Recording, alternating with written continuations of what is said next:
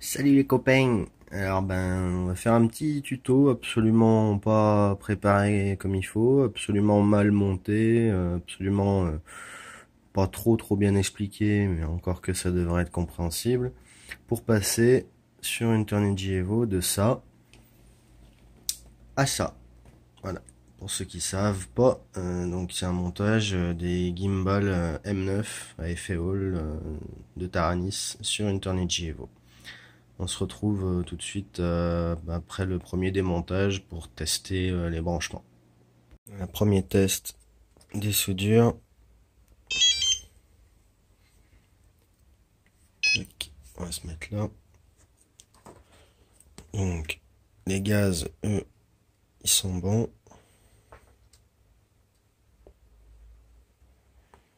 Après, il y aura une calibration à faire. Le yaw, il faut que j'inverse. Alors pour inverser, c'est simple. Il faut simplement, dans les gimbals, je sais pas si je vais arriver à vous le montrer, dessous là, on a un aimant, parce que c'est des gimbals à effet Hall. Et en fait, il faut simplement tourner l'aimant d'un quart de tour pour décaler la position nord et sud de l'aimant. Et ça change le sens. Voilà, tout simplement. Là, pareil, sur... Là, c'est le pitch qui sera inversé et le roll est bon. Donc voilà, j'ai le yaw et le pitch inversé. Au niveau du branchement, on a j'ai récupéré la fiche de la Turnigy Evo, donc la fiche blanche qui est ici. Voilà. Donc il faut faire des ponts des négatifs des deux gimbals.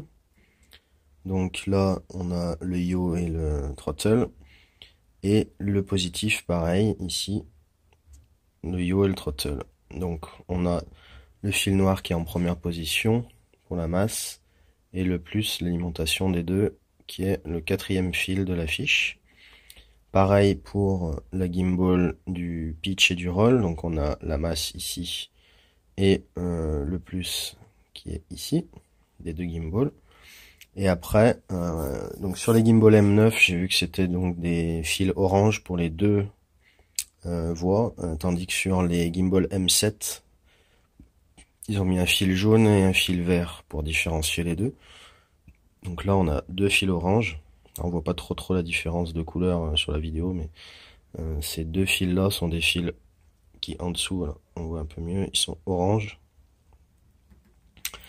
Donc là on doit avoir en premier celui-ci qui est le yaw, non, qui est le throttle, pardon, et le deuxième qui est le yaw. Donc en premier on a le throttle et le suivant ici c'est le yaw.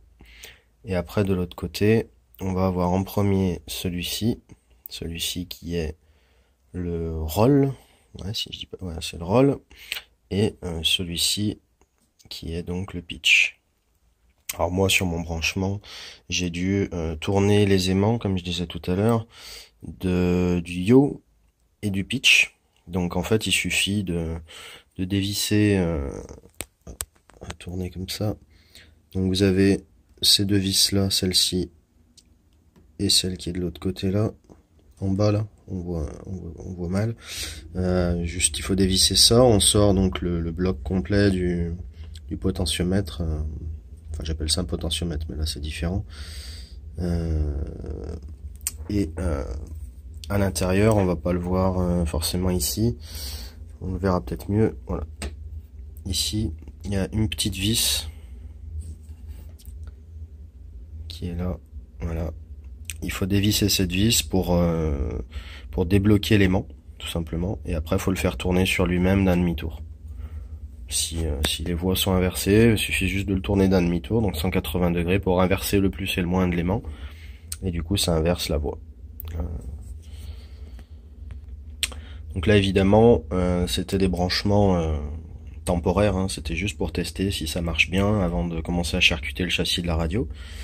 Du coup là ça marche, ça fonctionne, j'ai vu que les voies étaient dans le bon sens, j'ai mis le neutre au plus proche possible du centre avec la position de l'aimant. Voilà, on peut tout à fait le faire directement mécaniquement aussi.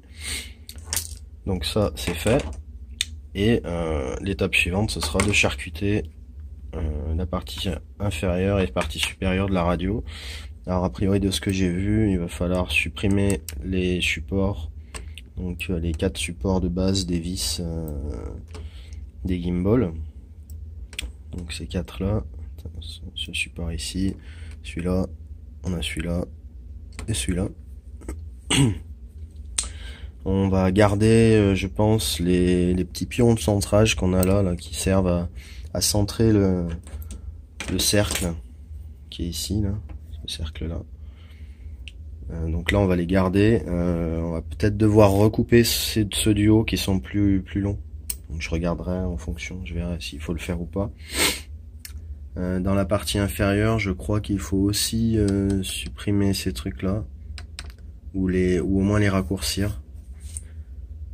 Pareil, je verrai en fonction, je le dirai plus, je vous informerai de ça plus tard.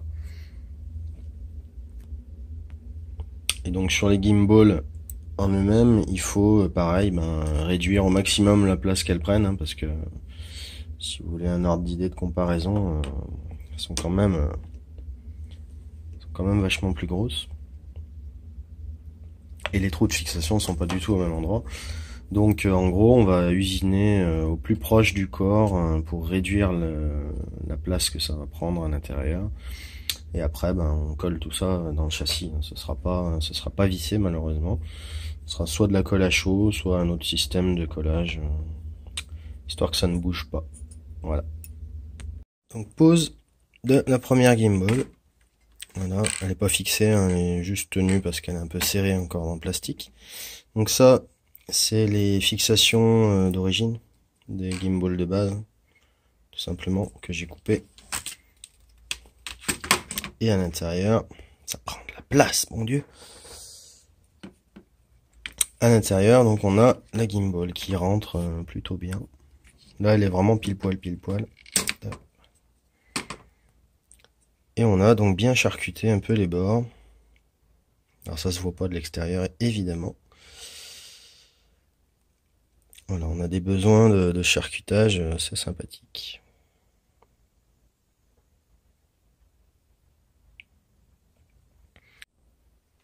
Voilà, les premiers ajustements sont terminés, donc c'est bien centré. Il faudra que j'y mette bien droit quand je collerai le tout. Là, c'est pas encore le cas, hein, on voit que c'est un petit peu tordu. Et à l'arrière, donc,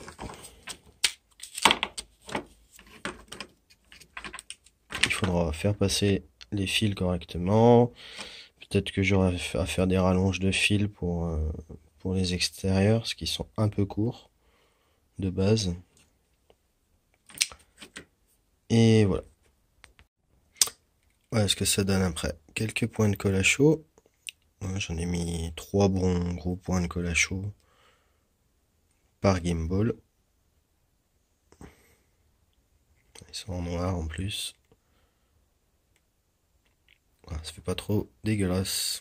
Allez, maintenant on va passer au câblage et on revient plus tard. Voilà, donc tout est soudé. J'ai dû bien mettre des rallonges, hein. Sinon c'était trop court et ça passait carrément par dessus, et quand je fermais la boîte, on sentait les fils qui gênaient les gimbals à l'intérieur. Donc voilà, des rallonges de fils pour pouvoir tout ranger bien comme il faut et que ça ne gêne pas le mouvement des gimbals. Et bien évidemment ça fonctionne correctement.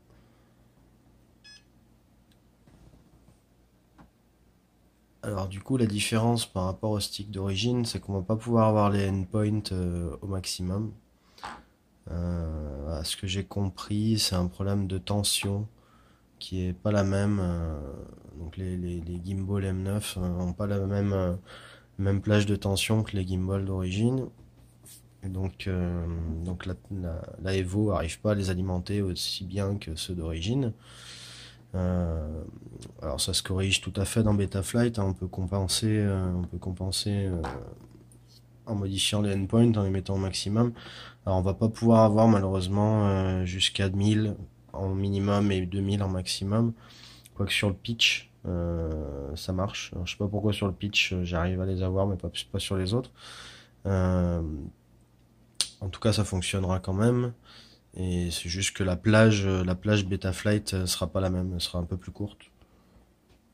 Voilà, ça fonctionne. On voit quand même encore un petit peu les LED à travers les sticks. Les changements de couleur toujours.